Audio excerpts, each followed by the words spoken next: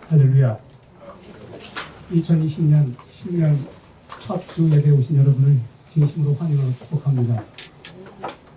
오늘 하나님께서 여러분에게 저에게 주신 말씀이 들려지기를 바랍니다. 시각장애인 스키 선수에게 가이드러너는 절대적인 존재입니다. 올해 저와 여러분은 그 무엇을 가이드러너 삼아서 달리겠습니까? 오늘 우리는 2020년 첫 주 예배를 드리고 있습니다. 우리는 아직 한 번도 가보지 못한 2020년을 향해 합니다. 앞을 내다볼 수 없는 미래입니다. 누구나 미래에 대해서 낙관할 수만은 없습니다. 우리가 경험하지 못한 시간이 기다리고 있고 우리가 알지 못했던 일들이 일어날 것입니다. 우리는 정치적으로 매우 불안하고 경제적으로 침체를 겪고 있습니다. 북한의 핵탄두로 위협을 받고 있습니다. 인류는 복제 인간의 출현을 앞두고 있습니다. 얼마 전에 뉴스를 보니까 중국에서는 유전자 편집을 한 과학자가 붙잡혔다는 보도를 들었습니다. 자, 여러분, 올해는 정말로 심판의 해입니다.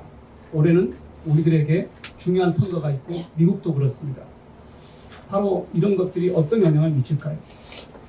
북한에 있는 주민들이 결코 머리가 나빠서 그들이 능력이 없어서 저렇게 가난을 허덕이느냐 그렇게 생각하지 않습니다. 체제에 문제가 있었기 때문입니다. 그 나라를 지배하는 집단이 누구냐, 그 사람들은 어떤 철학과 가치관을 어젠다를 가지고 국가를 이끄느냐에 따라서 그 국민들이 가난해지기도 하고 부유해지기도 합니다. 베네수엘라를 보십시오. 브라질을 보십시오. 그 나라들이 과거에 정말로 잘 살았던 나라들입니다. 석유 부국이었습니다. 베네수엘라 같은 경우. 그러나 사회주의 포퓰리즘 정권을 만나서 그 나라 국민들이 졸지에 외국으로 그렇게 탈출해야만 되는 나라가 되었습니다. 남한과 북한을 가르는 딱 한 가지 키워드. 민주주의냐, 자본주의냐, 공산주의냐, 바로 그것이 굉장히 중요합니다. 여러분, 우리는 이 체제 속에 살고 있지만 우리는 더 큰 체제를 붙잡고 있습니다. 바로 하나님의 나라입니다. 우리는 이 대한민국이라고 하는 정부의 지배하에 있지만 실질적으로 우리 영혼과 우리들의 가슴 속에는 하나님의 나라가 있습니다. 킹덤 오브 갓. 바로 그 하나님 나라의 국민들이기 때문에, 백성들이기 때문에 오늘 우리가 이 자리에 모여서 예배를 드리고 있는 것입니다. 여러분, 3,500년 전 이스라엘로 돌아가 봅시다. 3,500년 전에 이스라엘은 갑작스러운 세대 교체를 맞이했습니다. 모세는 그 눈이 흐리지 아니하였는데 하나님께서 갑자기 그를 데려가셨습니다. 졸지에 여호수아가 지도자가 됩니다. 바로 그런 상황에서 하나님께서 여호수아에게 주신 말씀이 오늘 우리가 읽은 말씀입니다. 여러분, 여호수아라고 하는 사람을 한번 생각해 봅시다. 자, 여호수아 뜻이 뭘까요? 여호와는 구원이시다 라는 뜻입니다. 여호수아의 신약 이름이 예수예요. 영어 발음은 조슈아. 원래 여호수아의 이름은 호세아였습니다. 그런데 모세가 호세아의 이름을 여호수아로 바꿨습니다. 여러분, 저는 신년벽두에 여호수아 말씀을 여러분과 공유하고 싶습니다. 오늘 나눈 말씀은 저에게 주신 말씀이고 우리 교회에 주신 말씀이라고 제가 믿기 때문입니다. 저는 오늘 말씀을 붙잡았습니다. 이 율법책을 내 입에서 떠나지 말게 하고 주야로 그것을 묵상하여 그 가운데 기록한 대로 다 지켜 행하라. 이것이 올해 앞으로 내 인생의 운명을 결정짓는 말씀이라고 저는 받아들였습니다. 자, 오늘 여호수아 말씀이 우리들에게 어떤 의미를 줄까요? 첫 번째, 사람은 바뀌지만 사명은 계속됩니다. 사람은 바뀌지만 하나님께서 이스라엘에게 주신 그 사명은 계속된다는 겁니다. 승계된다는 겁니다. 자, 2절 말씀입니다. 이스라엘 자손에게 주는 땅으로 가라. 여러분, 하나님께서 이스라엘 백성들을 이집트에서 탈출시키셨을 때 하나님은 방향을 가지고 계셨습니다. 이집트에서 탈출하는 것 자체가 목적이 아니고 가나안 땅으로 가서 하나님께서 그들에게 주시는 젖과 꿀이 흐르는 가나안 땅으로 들어가는 것이 하나님의 목적이고 이스라엘을 향한 하나님의 비전이었고 하나님의 방향이었습니다. 구원은 방향이 바뀌는 거예요. 지옥으로 달려가던 인생, 예수 그리스도의 피 흘리심과 그분의 보혈의 능력으로, 예수 그리스도의 십자가의 보혈의 능력을 믿음으로 말미암아 이제는 그가 용서를 받고 하나님 나라의 백성이 돼서 천국을 향하여 달려가는 것, 그것이 구원이에요. 그러나 이 땅에서 구원은 완성되지 않습니다. 영원한 하나님 나라, 영원한 천국에 도달하기까지 우리는 이 여정을 계속해야만 합니다. 다시 말씀드리죠. 구원은 방향이 바뀌는 거예요. 죄악으로 지옥으로 달려가던 인생이 하나님께로 돌이키는 것, 죄를 버리고 하나님께로 나아가는 것, 그것이 구원이에요. 모세는 이스라엘 백성의 영원한 레전드였습니다. 1절은 이렇게 시작이 됩니다. 이제 주의 종 모세가 죽은 뒤에. 모세가 죽었어요. 모세는 이스라엘에게 절대적인 존재였습니다. 출애굽 광야 40년 동안 모세는 이스라엘 백성들에게 하나님의 대리자였습니다. 그런데 그가 죽었습니다. 그가 없는 미래를 상상할 수도 없었는데 그가 이제 정복 전쟁을 앞두고 가장 중요한 시기에 하나님이 그를 데려가셨습니다. 여러분 여호수아를 생각해 보세요. 여호수아는 모세의 시종이었다고 나옵니다. 모세의 종이었습니다. 모세의 비서였습니다. 그래서 모세는 여호수아를 통해서 이스라엘 백성들에게 명령을 내리면 여호수아가 그것을 실행했습니다. 그래서 여호수아는 모세 실행 파일이었어요. 그런데 하나님께서 120세 일기로 모세를 데려가 버리니까 여호수아가 이제 갑자기 지도자가 되어서 모세의 바톤을 이어서 이제 이스라엘 백성들을 데리고 가나안 땅으로 이제 들어가야 되는 그런 시점이 된 것입니다. 여러분 여호수아가 얼마나 두려웠겠습니까? 전임자 모세와 여호수아는 비교가 될 수 없었거든요. 절대적인 지지를 받던 하나님의 종 모세의 뒤를 잇게 되니까 여호수아의 두려움은 이만저만이 아니었을 겁니다. 1945년 4월 10일 세계 제2차 대전이 끝날 무렵에 미국의 32대 대통령이었던 프랭클린 루즈벨트 대통령이 갑자기 뇌출혈로 사망을 합니다. 당시 루즈벨트는 소아마비를 앓고 있었음에도 불구하고 미국 역사상 유일무이하게 4번 재선에 성공한 대통령이었습니다. 그리고 그가 1933년에 대통령이 될 때만 해도 미국이 경제 대공황으로 엄청난 공포에 휩싸입니다. 그때 그는 국민들에게 대국민 외도 연설을 하면서 우리들에게 있어서 가장 두려운 적은 절망 그 자체다라고 하면서 미국 국민들이 이렇게 세웁니다. 그리고 그는 뉴딜 정책 그리고 대대적인 공공사업을 벌이고 실업자들을 구제하고 경제개혁을 일으켜서 미국을 경제 불황에서 이렇게 세웁니다.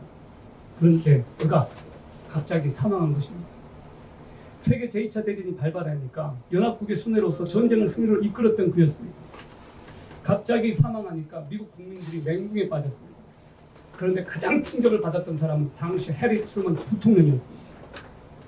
해리 트루먼 부통령이 그가 82일 만에 루즈벨트가 사선 대통령이 되고 나서 그가 죽으니까 부통령이 된 지 82일 만에 대권을 이어받아서 대통령의 직무를 수행하게 된 겁니다. 그가 당시 기자들에게 이런 말을 합니다. 하늘의 달과 별들과 모든 행성들이 나에게 떨어지는 것 같았습니다. 여러분이 만약에 일생에 다 한 번이라도 기도한다면 지금 나를 위해 기도해 주십시오. 그는 크리스찬이었습니다. 국민들에게 기도해달라고 부탁을 합니다. 얼마나 두려웠으면 이렇게 부탁을 했을까요? 위대했던 전임자의 뒤를 잇는다는 것은 그만한 압박감이 작용하는 것입니다. 트루먼은 대통령 재임 기간 동안에 국민들에게 많은 조롱과 비난을 받았습니다. 그런데 2차 대전을 종식시킨 사람이 바로 해리 트루먼이었습니다.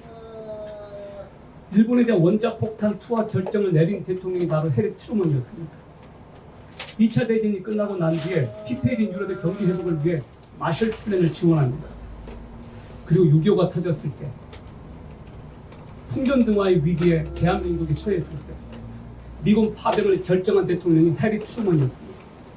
해리 트루먼의 결정이 없었다면 우리는 지금 이 자리에 앉아서 예배를 드릴 수 없었을 겁니다. 메가더를 보내서 인천 상륙작전을 결정한 대통령이 바로 해리 트루먼이었습니다. 2005년 10월인가요? 경영학의 대부였던 피터 드러커가 포브스지와의 인터뷰에서 미국 역사상 가장 위대한 대통령으로 누구를 손꼽느냐라고 하는 질문에 그는 주저없이 해리 트루먼이라고 말했습니다. 여러분이 지금까지 의지하고 왔던 것은 무엇입니까?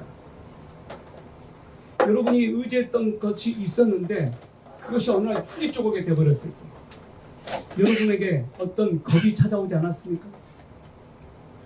여러분 언제 하나님의 음성이 들려지느냐? 내가 의지했던 것들이 휴지 조각이 되어버렸어요. 배신당했어요. 믿고 의지했던 것들이 더 이상 아무것도 나에게 도움이 되지 않았을 때 바로 그때 하나님의 음성이 들려요. 여러분이 그동안 절대적이었다고 붙잡았던 그것이 어느 날 끊어져 내렸을 때 내가 기대했던 꿈이 산산조각나고 믿었던 사람에게 배신당하고 그동안 붙잡았던 것들이 무너져 내릴 때 그때가 하나님의 말씀이 여러분에게 떨어질 때라는 것을 기억하십시오. 여호수아가 바로 그랬습니다. 모세가 죽은 뒤에 주께서 모세를 섬기던 자 눈의 아들 여호수아에게 말씀하여 이르시되 라고 말합니다. 여호수아 1장은 모세가 죽었다는 슬픈 팩트로 시작하지만 바로 그때 하나님께서 여호수아에게 말씀하셨다는 희망의 메시지로 시작합니다. 하나님께서 말씀을 주셨다라고 하는 것이 중요한 거예요. 우리가 가장 답답하고 힘들 때가 뭐예요? 우리 믿는 사람들에게 가장 고통스러운 순간은 뭐예요? 하나님의 음성이 들려지지 않을 때, 하나님의 말씀이 내게 감동으로 와닿지 않을 때, 그때가 우리들에게는 가장 힘든 순간입니다. 그러나 어느 순간 세면 하나님의 음성이 들려오고 내 마음 가운데 강력하게 성령께서 말씀하시는 것이 들려올 때 우리는 살아납니다. 우리는 말씀이 내 영혼을 살리는 생명력이 있는 하나님의 능력이라고 하는 것을 믿습니다. 말씀은 우리 삶의 능력이에요. 말씀은 살아 역사해 내 안에 들어와서 영적인 수술을 감행해요. 그래서 죄를 도려내 하나님을 향하게 만들어요. 용기를 줘요. 그것이 말씀의 능력이에요. 이집트를 탈출하는 것이 중요한 것이 아니라 이집트를 탈출한 이유와 목적이 더 중요했습니다. 뭐냐? 이스라엘 백성에게 약속된 가나안 땅을 향해서 가는 것. 그것이 하나님께서 이집트에서 이스라엘 백성들을 탈출시킨 목적이었습니다. 여러분, 이 땅에서 우리가 예수를 믿은 것 자체 중요하죠. 죄에서 용서받은 것 중요하죠. 그러나 그것이 끝이 아니에요. 우리는 10대 때 예수를 믿었거나 20대 때 예수를 믿었거나 30대 때 예수를 믿었든지 예수를 믿은 그 시점부터가 사실 더 중요해요. 우리에게 있어서도 정복해야 될 가나안 땅이 있어요. 가나안 땅을 향해서 주님께서 나아가라고 하시는데 우리에게 있어서 가나안 땅은 뭔가? 이 세상이 가나안 땅 아니겠습니까? 이 세상에 이미 하나님의 나라가 임했지만 완전하게 하나님의 나라가 임하지 않았어요. 그래서 하나님의 나라를 말할 때 already 난 넷이라는 말을 해요. 하나님의 나라가 이미 왔다. 예수가 들어와 있는, 예수가 내 심장 속에 들어와 있는 사람들, 예수가 내 인생의 진인로 속에 들어와 있는 사람들은 하나님의 나라가 내 안에 들어온 거예요. 하나님의 나라가 이미 내 안에 시작된 거예요. 그런데 하나님의 나라가 완전하게 오지는 않았어요. 그 나라는 언제 오느냐? 예수는 이 땅에 오실 때. 여러분, 이 땅에서 천년왕국이 언젠가는 임할 것입니다. 천년왕국은 정말 천년 동안 예수 그리스도께서 이스라엘에 오셔서 이 땅을 통치하는 기간을 말합니다. 어떤 사람은 천년왕국을 애매모호하게 추상적으로 그것은 상징이라고 말해요. 그러나 성경은 엄연히 천년왕국에 대해서 얘기하고 있어요. 또한 성경은 영원한 천국에 대해서 얘기하고 있어요. 우리가 천국이 없다면 우리가 이 세상에서 예수를 믿을 가치가 무엇입니까? 여러분, 이 아까운 시간에 이곳에 나와서 예수를 믿고 예배하는 것 다 허비 아닙니까? 다 무가치한 것 아닙니까? 그러나 우리는 이 세상에서 억만장자가 되고 이 세상에서 부자가 되고 이 세상에서 호의호식하는 것이 우리 삶의 목적이 아니기 때문에 하나님께서 그것을 위해서 우리를 부르지 않으셨기 때문에 우리는 이곳에 나와서 말씀을 듣고 예배를 드리고 하나님을 찾고 영원한 천국을 소망하는 것입니다. 그러므로 여러분, 예수 그리스도가 없다면 우리는 가장 불쌍한 자들이에요. 예수 그리스도가 있기 때문에 우리는 가장 가치 있는 자가 되는 거예요. 여러분, 2절은 이렇게 말합니다. 내 종 모세가 죽었으니 그러므로 이제 너는 이 온 백성과 함께 일어나 이 요르단을 건너 내가 그들 곧 이스라엘 자손에게 주는 땅으로 가라 그랬습니다. 이 명령은 모세가 받은 명령이 아니었어요. 여호수아가 받은 명령이었어요. 어떻게 보면 입지전적인 인물이고 카리스마가 있고 하나님을 직접 만났던 모세가 받았어야 될 명령인데 하나님은 모세를 이제 제쳐두시고 여호수아에게 이 명령을 주시는 거예요. 여호수아가 이 말씀을 받을 때만 해도 여호수아는 주여 나는 준비가 되지 않았나이다 라고 말했을 법도 합니다. 여러분, 하나님께서 모세가 죽었다고 너무 쉽게 말씀하세요. 사람이 볼 때 모세의 죽음은 출애굽과 출애굽 가나안 정복이라는 하나님의 계획에 차질을 빚을 것만 같아요. 그런데 하나님께서 너무 쉽게 모세가 죽었다고 말씀하시면서 하나님께서는 그분의 비전을 여호수아에게 그렇게 주셔요. 이것은 우리의 생각인 거예요. 기라성 같은 모세가 죽었으니 이제 끝이겠구나 라고 이스라엘 백성들은 생각했을 거예요. 그런데 하나님의 역사는 끝나지 않았습니다. 사람은 바뀌지만 하나님의 명령, 하나님의 계획은 차질 없이 진행되는 것, 이것이 역사 속에서 보여주신 하나님의 방법이었습니다. 하나님께서 가나안 땅으로 가라고 말씀하시면서 무엇을 말씀하십니까? 그 땅을 주었다고 말해요. 줄 것이다가 아니고 주었다고 말해요. 오늘날 유대인들이 이스라엘 백성들이 왜 저기 팔레스타인 땅을 차지해서 이 땅이 자기들 땅이라고 그렇게 하는지 아십니까? 유엔은 이스라엘 백성들이 이제는 팔레스타인 땅에 죽어 나가라고 말합니다. 그러나 그들은 하나님의 말씀을 붙잡고 있었기 때문에 이것은 우리에게 주신 약속된 땅이라고 믿었기 때문에 그들이 돌아온 거예요. 하나님께서 지금 말씀하신 그 땅은 어디 땅이냐? 지금 이스라엘 땅이에요. 젖과 꿀이 흐르는 그 땅. 여러분 이 땅이 세계의 배꼽인 것 아십니까? 아시아, 유럽, 아프리카 정확히 가운데에 이스라엘이 있어요. 이스라엘 주변에는 다 중동 국가들만 있어요. 유일하게 이스라엘이 한복판에 딱 있는 거예요. 그래서 배꼽이라고 말합니다. 배꼽. 이런 비전이 중요해요. 비전이 뭘까요? 하나님께서 나를 향하여 가지고 계신 계획이에요. 빌 하이벨스는 이렇게 말했어요. Vision is a future of the future that arises passion in you. 비전은 당신 마음속에 열정을 불러일으키는 미래에 대한 그림이다라고 그랬어요. 비전은 내가 꿈을 꾸는 게 아니에요. 하나님께서 강력하게 어디로 가라고 보여주시는 게 비전이에요. 하나님께서 모세에게 주셨던 그 비전을 이제 여호수아에게 주십니다.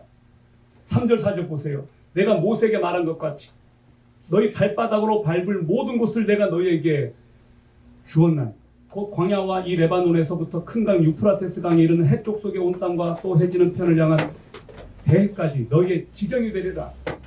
너희 땅이 될 것이다. 여러분 이게 실감이 안 나죠? 여러분에게 하나님께서 어느 날 공릉동 일대 여기 있는 빌딩을 다 너희에게 줄 거예요. 하계동, 중계동, 상계동을 거쳐서 강북 일대를 너희에게 다 줄 거예요. 차지해. 여러분 하나님은 땅에 관심을 가지고 계세요. 왜 그런 줄 아십니까? 이 모든 땅이 하나님의 것이기 때문에 하나님께서 당신의 백성들에게 주겠다면 주시는 거예요. 어떻게 해서 그 미국의 그 위대한 땅이 미국 땅이 되었을까? 미국 사람들이 그것을 관리할 만한 능력이 되니까 주신 것 같아요. 필그림들이 1620년에 메이플라워를 타고 신앙의 자유를 찾아 청교도들이 이동을 했습니다. 그리고 그때는 정착했습니다. 개척을 했습니다. 서부 개척을 포함해서 개척을 했습니다. 가장 아름다운 땅을 왜 그들에게 주셨을까? 그들이 하나님께서 말씀하신 대로 경작하고 관리하고 다스려라. 그 하나님의 명령에 가장 순종할 준비가 되어 있었기 때문에 주신 것이 아닌가. 제가 몇 년 전에 북한을 갔었습니다. 그때 제가 사목으로 있었던 회사에서 직원들에게 수련회로 북한을 가게 해주었어요. 금강산을 간 거예요. 정확히 말하면 북한이 아니고 금강산을 간 거예요. 너무너무 놀랐어요. 출입국 관리사무소를 지나서 북한 땅을 가는데 완전히 한국과는 너무 달랐어요. 그때가 6월 달인 거로 기억이 나요. 한국에 산은 푸르렀습니다. 북한을 가니까 금강산 입구까지 가기 전까지는 완전히 진짜 민둥산이었어요. 민둥산. 산에 나무가 없어요. 나무가.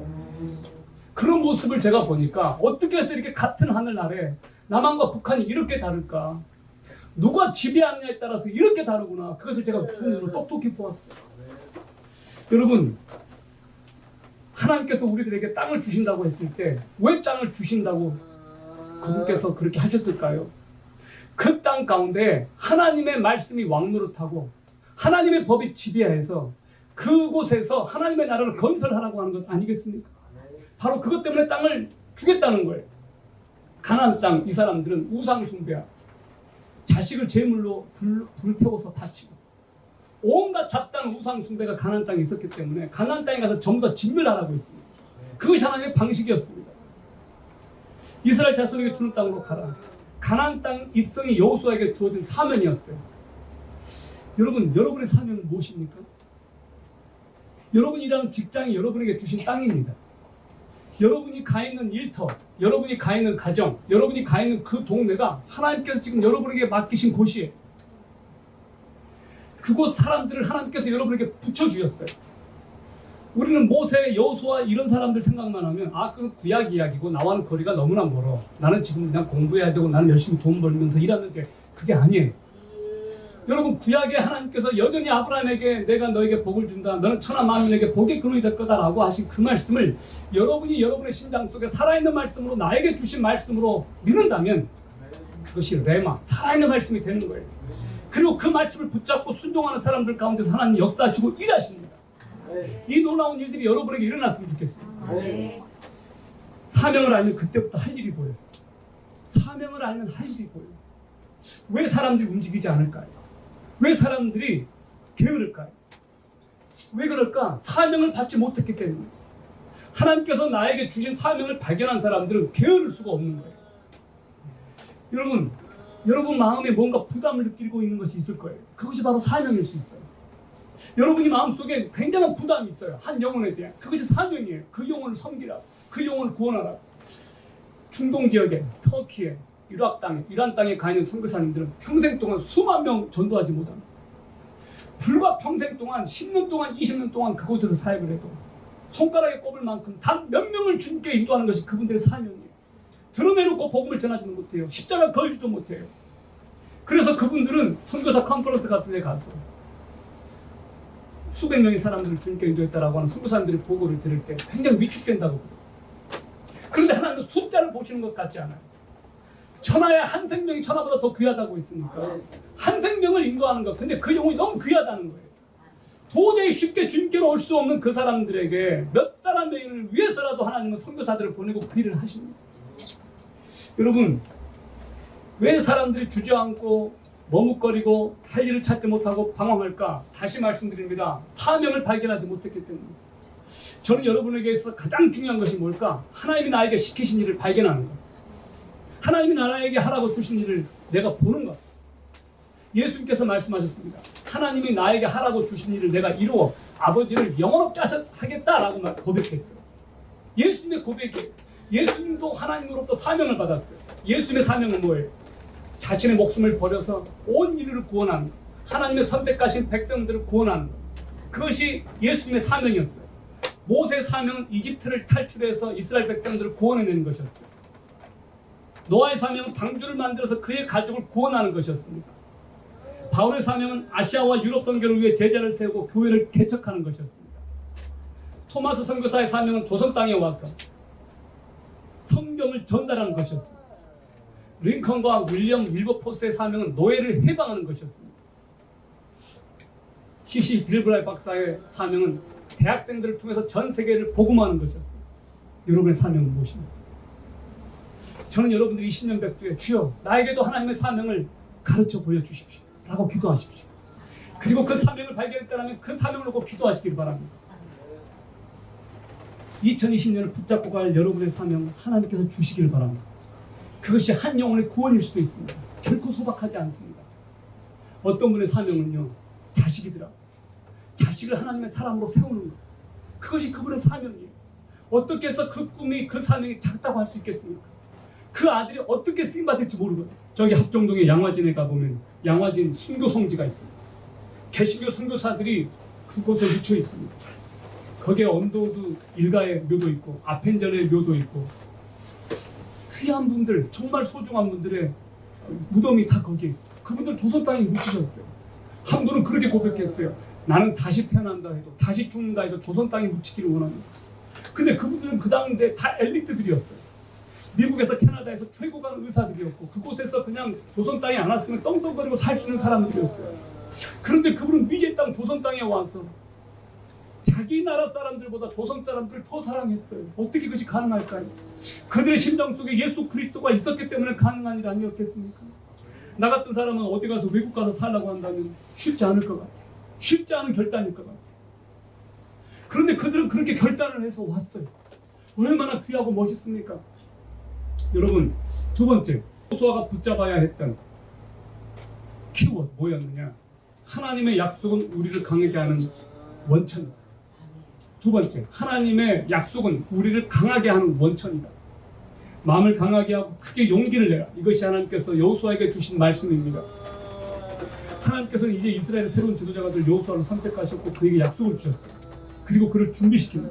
이 말씀을 쭉 보면 하나님께서 여호수아를 너무너무 애지중지하실 뿐만 아니라 여호수아를 계속 무장시켜요. 강하고 담대하고. 왜? 여호수아를 알았기 때문일 것 같아요. 여호수아를 알았기 때문에. 사랑하는 여러분, 왜 하나님께서 약속을 계속 상기시켜줄까? 하나님은 여호수아에게 지금 약속을 계속해서 상기시켜줘요. 어떤 약속을 줍니까? 5절, 너 평생 동안 능히 아무도 너 앞에 서지 못하리니 내가 모세와 함께하던 것 같이 너와 함께하리라. 내가 너를 떠나지 아니하며 버리지 아니하겠다. 여호수아는 그것을 보았거든. 하나님께서 모세와 함께 하신 것을 늘 보았거든. 그 말씀을 해주는 거예요. 이것이 가장 힘이 됐을 거예요. 내가 모세와 함께 했던 것 같이 너와도 함께 할 거야. 너 혼자가 아니야. 능력은 우리 크리스찬들에게 있어서 능력은 우리의 개개인의 능력이 아닌 것 같아요. 하나님이 나와 함께 하시고 그분의 능력을 다운로드 받을 때 우리가 능력이 있게 되는 것 같아요. 이것이 비결이에요. 우리 크리스찬들의 삶의 방식은 우리 스스로 존재하는 게 아니에요. 예수님께서 그렇게 말씀하셨습니다. 나는 포도나무, 너희는 가지. 저가 내 안에, 내가 저 안에 있으면 이 사람은 과실을 많이 맺는 나를 떠나서는 너희가 아무것도 할 수 없다. 예수님께서 말씀하셨어요.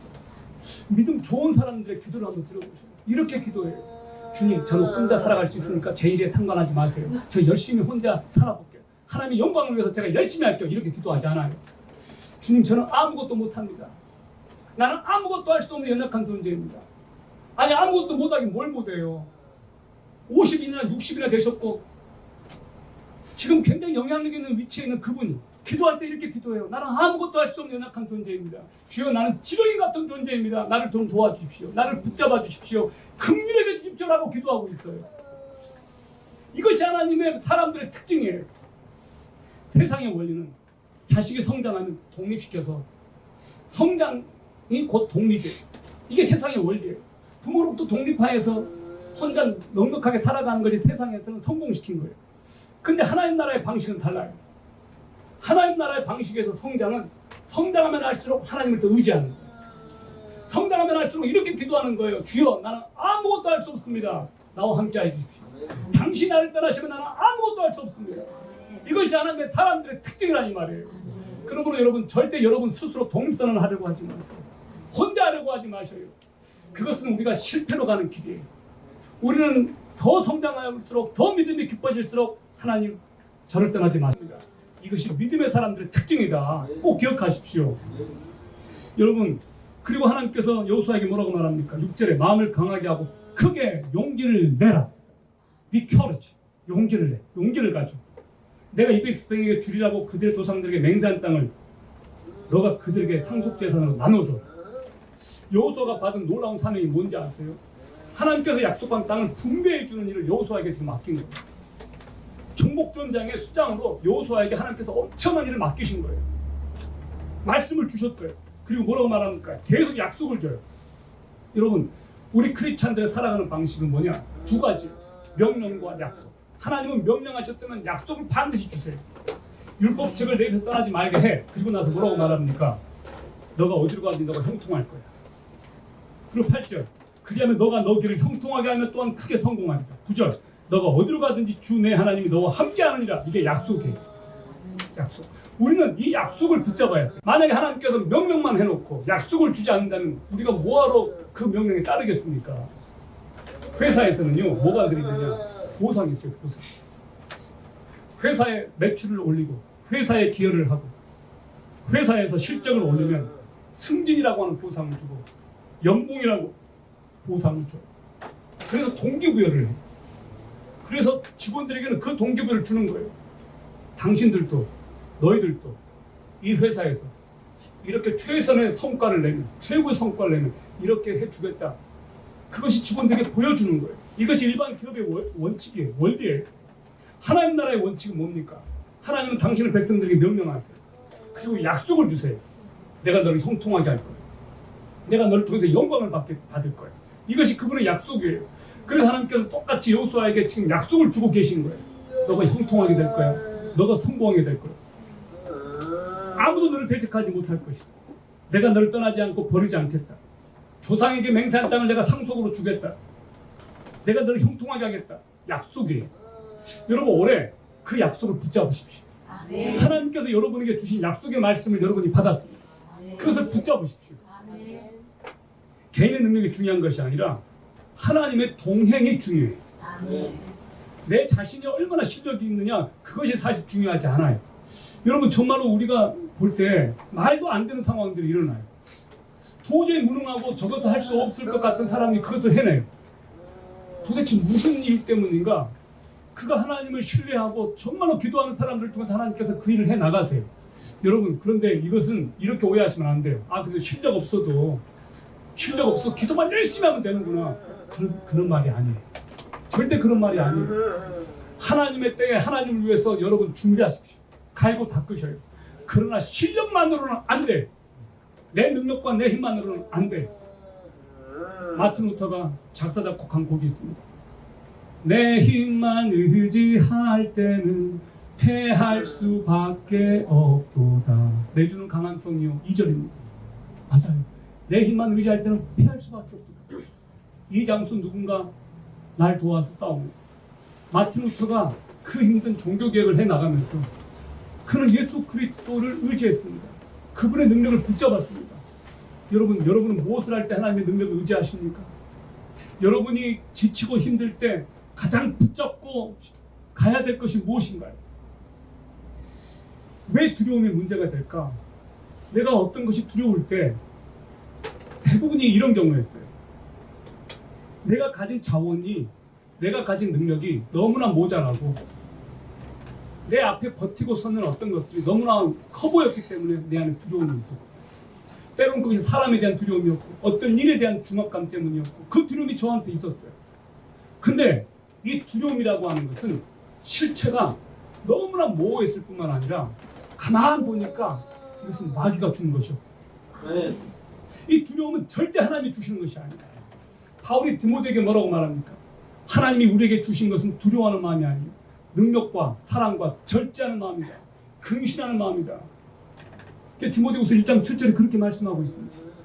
하나님은 우리에게 두려움의 영을 주시는 분이 아니세요. 그러므로 여러분 안에 어떤 두려움이 있거든요. 그것은 절대로 하나님 주신 것이 아니다. 그것을 물리치십시오. 이것은 하나님께로부터 온 것이 아니다. 내 수중에 1,000만 원도 없는데 사업하라니까 두려운 거예요. 내가 가진 것만 생각하니까 두려운 거예요. 그런데 세계적인 투자자 워렌 버핏이 여러분을 뒤에서 투자하고 있다고 생각해요. 그땐 두렵지 않을 거예요. 워렌 버핏보다 어마어마한 부를 가지신 하나님께서 내 뒤에 계십니다. 우리가 그것을 믿읍시다. 세 번째, 승리의 비결은 말씀을 묵상하고 지키는 것이다. 승리의 비결이 뭐냐? 그 안에 기록된 대로 다 지켜 행하라. 여호수아 1장 8절 말씀. 여러분 이 말씀이 부담으로 와닿습니까? 저는 이 말씀을 어제 준비하면서 그런 마음이 들었습니다. 아 그렇구나. 이것은 나에게 부담스러운 말씀이 아니고 정말로 내가 잘 되기를 원하시는 하나님의 방법이고 하나님의 전략이구나. 말씀을 지키는 것이 내가 살 길이구나. 그것을 어제 다시 한번 깨달았어요. 내 올해의 과업은 뭐냐? 어떻게 하면 성도들이 이 말씀을 붙잡고 말씀을 지켜 순종하게 할 것인가? 여러분 우리가 왜 성경을 공부합니까? 말씀을 지켜 순종하기 위해서 공부하는 것 아닙니까? 여러분 올해 다 포기해도 이것만은 붙잡아야 되겠다고 생각하는 것이 있다면 무엇입니까? 다 포기해도 이것만은 내가 붙잡아야 되겠다. 제가 몇 달 전에 북한에서 탈북한 그래서 지금은 목사님이 되신 분의 설교를 들었습니다. 그분이 이런 말씀을 하셨어요. 북한 어느 지역에 어느 가정집에 불이 났습니다. 근데 그 집에 아들이 있었어요. 5살 빼기 6살 정도 되는 아들이. 그냥 이대로 되면 그 아들이 죽게 생겼어요. 사람들이 모여서 막 발을 동동 구르고 있는 거예요. 집은 막 타들어가는 거예요. 다행히 아버지가 들어갔어요. 안도의 한숨을 쉬었어요. 근데 그 아버지가 데리고 가지고 온 것은 아들이 아니었어요. 김일성과 김정일 초상화했어요. 아들은 죽었습니다. 그런데 이 사람이 공학 영웅 칭호를 받고 어마어마한 상을 받았습니다. 자기 자식보다 김일성, 김정일 위대한 수령 영도자가 더 소중했기 때문에 그렇게 한 거예요. 이것이 북한입니다. 그들은 그렇게 세례받고 그렇게 합니다. 이 말은 여러분 집에 불이 나면 성경책을 가지고 나와라 그 말이 아니에요. 성경책에 헐었으면 그거 불태워도 돼요. 더 중요한 것은 뭐냐? 성경책에 기록된 그 말씀이 여러분 안에 살아있는 것이 더 중요하지 않겠습니까? 여러분 성경 말씀을 많이 외우세요. 올해 저는 목표가 하나 있어요. 우리 성도들이 매주마다 성경 구절 한 구절씩 외우게 만들어요. 오늘 설교 말씀을 여러분 오후 되면 잊어버릴 거예요. 반드시 여기서 잊어버릴 분들이 50%는 될 거예요. 저는 이 말씀을 일주일 동안 열심히 준비하잖아요. 말씀을 한 구절이라도 외우십시오. 여러분이 이제 매주마다 성경 공부를 합니다. 성경 공부할 때 그 구절을 한 구절씩을 꼬박꼬박 외우십시오. 그 말씀이 능력이 돼요. 오늘 제가 도전되는 이야기를 하나 할게요. 저기 소록도 가면 나 환자들이 모여있는 병원이 있습니다. 거기에 중등이 고등이들도 막 가서 자원봉사도 하고 그분들 놀아주기도 하고 그렇게 합니다. 근데 그분들 가운데는 신약성경을 통째로 다 외워버리는 분이 계세요. 손톱도 없고 눈썹도 없고 앞을 못 보시는데 다 외워버렸어요. 어떤 분은 로마서를 다 외우셨어요. 사복음서를 다 외웠어요. 믿어지십니까? 그분들은 천국에 대한 소망을 가지고 사시는 분들이에요. 소망이 그것밖에 없으니까. 그런데 그분들을 격려하기 위해서 간 청년 자녀 아이들이 그분들 통해서 오히려 은혜를 받고 진짜 저분들이 천국을 사는 분들이에요. 여러분 오늘 이 말씀을 꼭 기억해 주십시오. 오직 너는 마음을 강하게 하고 심히 용감한 자가 되어 내 종 모세가 내게 명령한 모든 율법대로 지켜 행하고 그것을 떠나 오른쪽으로나 왼쪽으로나 치우치지 말라. 그리하면 너가 어디로 가든지 형통하리라. 너는 이 율법책을 내 입에서 떠나지 말게 하며 한마디로 그것을 묵상하니 그 안에 기록된 대로 다 지켜 행하라. 다 지켜 행하라는 말이 2번이나 반복돼요. 중요한 것은 말씀을 묵상하고 지켜 행하라는 거예요. 말씀을 씹어 먹으라는 것이 아니고 그 말씀을 묵상하고 생각하고 기억하고 외우고 또 생각하고 또 생각하고 실천해서 옮겨라는 거예요. 행동으로 옮기라는 거예요. 저는 어떤 대통령이 이런 말을 했습니다. 행동하지 않는 양심은 속이는 거예요. 우리가 말씀을 행동하지 않을 때 어떤 일이 벌어져요? 머리로만 자꾸만 이렇게 그 지식이 있어가지고 그 말씀이 나를 못 변화시키니까 그 말씀이 다른 사람을 찌는 데 사용하잖아요. 말씀은 나를 변화시키는 데 사용해야 되는 거예요. 하나님께서 여호수아에게 주신 이 말씀을 여러분이 붙잡는다면 올해 정말 하나님이 최고로 함께 하시는 한 해였다. 2020년은 역사적인 분기점이 될 해입니다. 2020년은 굉장한 해가 될 것 같아요. 국가적으로나 전 세계적으로 2020년이 왜 중요하냐? 여러분 잘 생각해 보세요. 2020이라고 하는 이 숫자가 보통의 숫자는 아닌 것 같아요. 그냥 단순한 숫자는 아닌 것 같아요. 반드시 올해 우리나라에 어떤 운명적인 역사가 일어날 것 같습니다. 제가 무슨 예언 현사가 있는 것은 아닙니다. 그러나 그냥 감이라고 하는 것이 있잖아요. 감. 정말 올해 여러분에게 중요한 일들이 일어날 것 같아요. 내 의지와 상관없이 국가적으로 어떤 일이 일어날 것 같아요. 여러분 말씀을 붙잡지 않으면 어떤 일이 벌어지나요? 이 사람 저 사람 이야기가 나를 흔들어대요. 이 말을 들으면 이 사람 말이 맞는 것 같고 저 말을 들으면 저 사람 말이 맞는 것 같고 자꾸 흔들려요. 말씀은 우리들에게 기준을 줘요.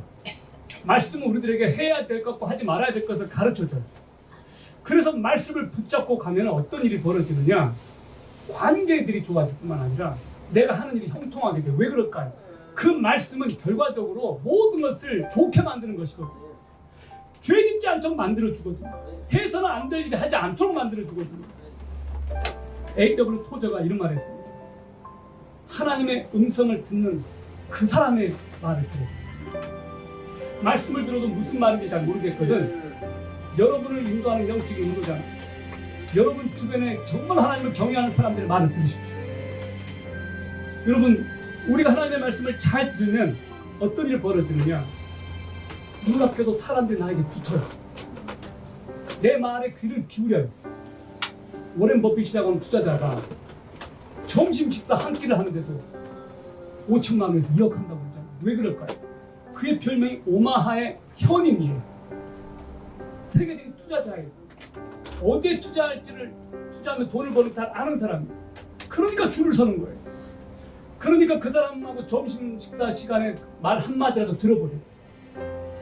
여러분 오마하의 현인과는 비교가 될 수 없는 여러분의 인생을 책임지시는 그 하나님의 말씀을 한번 들어보시지 않겠습니까? 아멘. 매일 여러분의 시간을 30분 이상만 들여서 하나님의 말씀을 듣고 묵상하고 기도하고 오늘 내가 행할 것 내가 기록해 놓는다면 정말로 그 말씀을 하루하루 내가 순종하기로 결단하고 그렇게 한다면 하나님이 여러분을 그냥 두시겠습니까? 여러분이 그렇게 하나님의 말씀을 잘 듣는데 하나님이 여러분을 높여주시지 않겠습니까? 저는 그것을 믿습니다. 사랑하는 여러분, 오늘 이 자리에는 청소년들이 있고 청년들이 있고 성인 남녀가 있어요. 올해 하나님의 말씀을 여러분이 붙잡을 때 이 말씀이 여러분에게 어떻게 역사할지 한번 기대해 보십시오. 우리 교회 하나님의 말씀에 순종해서 한 사람으로부터 전도가 시작되었습니다. 그리고 이 교회에서 그것이 전염력을 일으켰어요. 하나님을 사랑하고 말씀에 순종하는 사람들이 아침마다 전도를 하고 있어요. 새벽 기도를 마치고. 며칠 전이었어요. 저기 가까운 24시 국수집에 갔어요. 그곳의 사장이 아침에 파김치가 돼서 퇴근을 하는데, 밤새 장사하고 퇴근을 하는데 우리 교회 전도팀이 전도하는 모습을 본 거예요. 그분이 저한테 하는 말이, 목사님 너무 감동받았어요. 너무 지쳐가지고 퇴근하는데 어떻게 되는데 저놈의 교회는 아침부터 전도를 하더라고요. 그분들을 보면서 굉장히 감동을 받았다는 거예요. 어느 교회가 이렇게 아침에 전도하는 교회가 어디냐는 거예요. 그분이 감동을 받았어요. 여러분이 사람들을 감동시키고 있어요. 믿는 사람들이 여러분을 통해서 감동받아요. 여러분 올해 믿지 않는 사람들을 감동시키십시오.